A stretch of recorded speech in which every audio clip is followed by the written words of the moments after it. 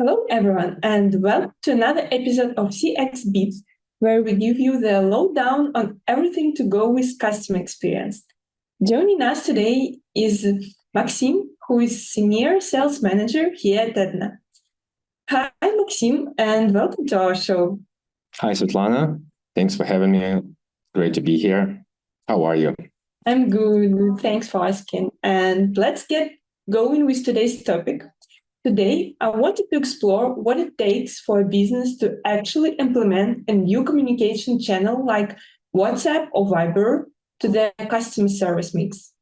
You know, we have discussed in many of our past episodes about how it's important for business to be available on as many digital touchpoints as it's possible or feasible for their business. And today, I wanted to get down to the reality of it. Well, the topic itself is very interesting and relevant. On paper, everyone says new channels are important, and they sure are. But implementing all these possible channels isn't something that companies should strive for. For some of them, investing in these channels may result in unexpected situations. To benefit the organization, companies should be very clear about several things like what business needs do these channels serve, what are the limitations these channels have, which companies need to be mindful of, and so on. Only then they can move forward. Right. I think a good place to start is to define their target audience. Who are their target audience? Are they existing customers or potential ones? And how do they prefer to communicate with the business? What's the location? As you know, WhatsApp works well in some markets while Viber is more popular in others. Knowing all this goes a long way in helping businesses understand which channel to implement, I think. That's right. And as I mentioned before, it's crucial to understand the limitations of each channel, what they can and they cannot offer to businesses. For example, WhatsApp Business Channel is an amazing customer care tool. However, you are not able to send advertising messages that are non-templated, while with Viber Business Messages, you are. Having said that, WhatsApp Business Platform is a great tool that definitely shouldn't be ignored. WhatsApp has outstanding monthly active user base of 2 billion users. WhatsApp notifications have, just think about it, a 98% open rate.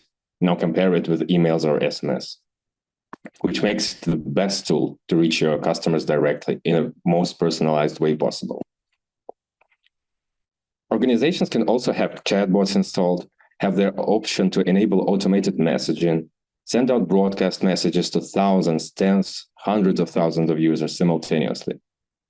WhatsApp provides the opportunity for businesses to verify its profile and make it official by getting like green tick that I'm sure you've seen like many times. That ensures credibility to your customers. Companies can also send transactional and promotional messages too. Viber actually is like very similar to WhatsApp and is a great tool to have as well. Talking about WhatsApp Business API or Viber Business Messages, are they available to individuals? Say, I am individual. Can I use the WhatsApp Business API, Viber Messages for business? Well, actually, these accesses are only available to legal entities. You must have a business website with an official business name, an email ID, a phone number, and much more. To request this access, businesses need to go through a company verification process directly with Meta, with the owner of WhatsApp. When we talk about legal entities, what kind of companies can use instant messages channel? Are there any restrictions about what kind of companies can use WhatsApp? As you may know, WhatsApp has its own clear set of rules of what kind of companies can use it. It has a restriction for those who are engaged in debt collection, dating sites or dating services, cryptocurrencies, gambling, betting, etc. Some of these restrictions are definitely justified, like weapons, drugs, and gambling. Others, however, might sound quite confusing, like contact lenses, wigs, food supplements, etc. I myself don't see any harm in them. In general, all template messages must adhere to WhatsApp commerce policies. Mm-hmm. And what about Viber? Does it have similar restrictions? Yes, Viber also restricts certain types of businesses like political parties or organizations, gaming businesses, or online currency trading, online and offline casino businesses, brands selling alcohol or tobacco. And is not a full list, so a company needs to check it in advance. Okay, and I have another question. Is it necessary to take consent to receive mailings from the user if he himself was the first to initiate the chat? No. Actually, this is the thing WhatsApp is very serious about, not to disturb its customers. To prevent or at least minimize this, they have made opt-ins mandatory. Customers must consent to receiving messages from businesses before the businesses can actually start sending them any messages. Okay, and what are the different ways in which businesses can get opt-ins in this case? Well, there are many ways actually. They can send SMS to their customers, notifying that they are now available on WhatsApp. Also, they can add the WhatsApp icon to their website that customers can click in and give their consent. They can also collect opt-ins during customers' calls via interactive voice response flow. Another way to gain consent is in-person meetings. It's also very important to provide clear instructions from how people can opt out from receiving specific categories of messages and honor these requests. And the opt-in is also necessary for Viber business messages, right? Yeah, it's actually quite similar to WhatsApp opt-in methods. And is it possible to check if there is a person in WhatsApp or Viber or not without sending a message? Well, actually, not really. What we suggest here is a cascade option when you can send the messages via a fallback channel in case the WhatsApp message fails to deliver. So let's say if your customer is not reachable on Viber and the message fails to deliver, it can always be sent via SMS. Okay. And is it possible to use cookie of visitors to the organization's website for further personalization mailing to customers via messengers? Well, you see, broadcasts in WhatsApp and Viber are made using the subscriber's phone number. If you can use cookies to store the interconnection phone number, any other customer data needed, then this is possible, basically. So this is on customer side, not on the side of an API provider. Got it. Thank you. And could you please shed some light on what all a business should know before they start using the WhatsApp business platform? From what I know, it doesn't support voice or video calls. If the customer tries to make call, they will simply not find the phone icon. Also, the WhatsApp group feature is not supported. Then WhatsApp message forwarding is not supported. Also, WhatsApp messages cannot be replied to in a thread, and businesses can send session messages to customers only after a customer initiated the message. Moreover, this sessions message can be sent by business to customer only till 24 hours of the customer sending a message.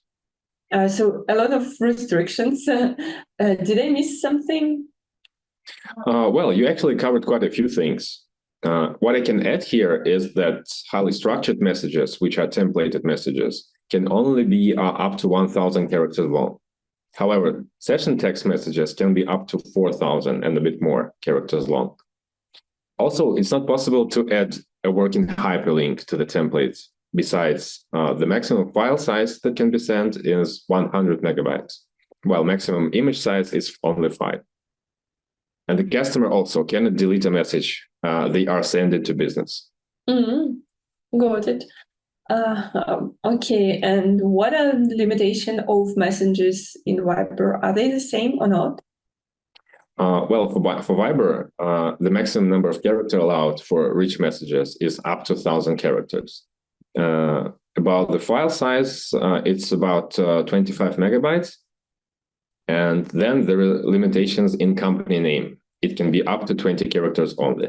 I need to keep company name short in this case. Are there any limits of messages per second for WhatsApp or Viber? For example, if you have a huge database, will you be able, how many messages will you be able to send per second? For Viber Business Platform, the Cloud API supports up to 80 combined sent and received messages per second, including text and media messages, and up to 500 messages per second on demand. You can also request a phone number transfer throughout of up to 500 messages per second.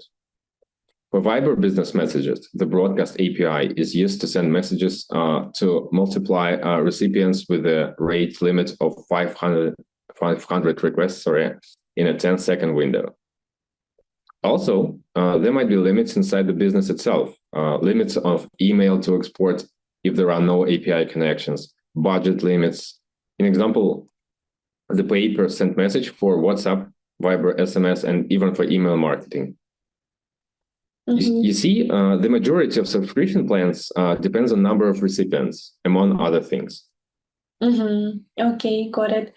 I also wanted to ask you about integration. Is it important for business to consider WhatsApp, Viber, and CRM integration? Well, you see, integration is important because it allows a business's WhatsApp channel to leverage information already contained from their CRM. All triggered messages can be sent only if the CRM is connected to WhatsApp via an API. You can automate communication, create trigger marketing and service messages, leverage hyper-segmentation here as well. What can you do without API integration? Well, without integration, businesses can still do some things like sharing broadcast messages with customers. They can assign tags for better audience segmentation and make variables to make messages much more personalized. But integration is a must if they want to get more out of these messenger channels, of course. And which companies do you think need API integration the most? Well, you see, typically, the bigger the company, the more they need an integration, since they have a much larger database. So it's harder to do a segmentation and personalization manually. Could you please explain how API on WhatsApp works? Well, as you may know, API stands for Application Programming Interface. It integrates exclusive features for companies that the official WhatsApp business version doesn't have. In contrast to WhatsApp Business app, the API doesn't come with its own front-end interface. So businesses must integrate WhatsApp Business API's endpoint to their customer communication software to receive and answer unlimited WhatsApp messages from their customers in generating an exponential growth of sales. But WhatsApp Business API is not available directly to companies. So you need to apply through the WhatsApp official partner in order to get the integration. That's where companies like Edna come in. We are the official provider of the WhatsApp Business Platform, in addition to other solutions. So what we do is provide the API that integrates business applications. Yes, right. And there is so much a WhatsApp official partner can actually provide to customers.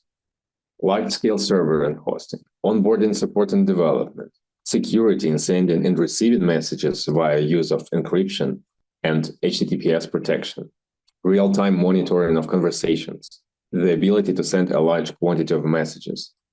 And as you know, an official partner with access to the API eliminates the risk that your account might be blocked for breaking WhatsApp user rules. Yeah, there are quite a few benefits to be sure. I think previously the only way to host the WhatsApp API was through an on-premise API and the BSP-owned servers, right? Yes, but since May 2022, businesses can get WhatsApp Cloud API access and host their API directly from Meta. And how about Viber? Well, for Viber, it more or less works the same, actually. Great, thank you. I had another question. How can a business check if their customers are actually satisfied with the messages they send? I think there are some quality ratings by watching one can determine the effectiveness of the messages being sent, right? Yes, actually, there are various well-known metrics such as customer satisfaction rate. But as you know, Meta offers phone quality rating and status. This quality rating is determined by a combination of factors. This includes the number of blocks by customers, the frequency of outbound messages, and the response time as well.